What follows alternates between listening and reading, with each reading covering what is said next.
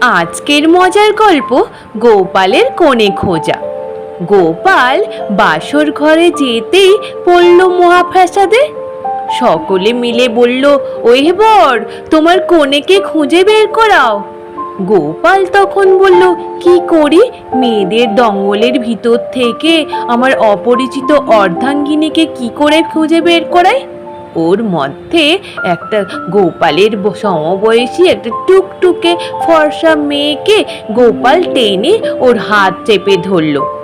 মেয়েটি তখন কান্নাকাটি শুরু করে দেয়, আমাকে ছেড়ে দাও বলে। তখন বড় বড় গিন্নিরা এসে বলে, এই যে, ও তোমার কোণে নয়।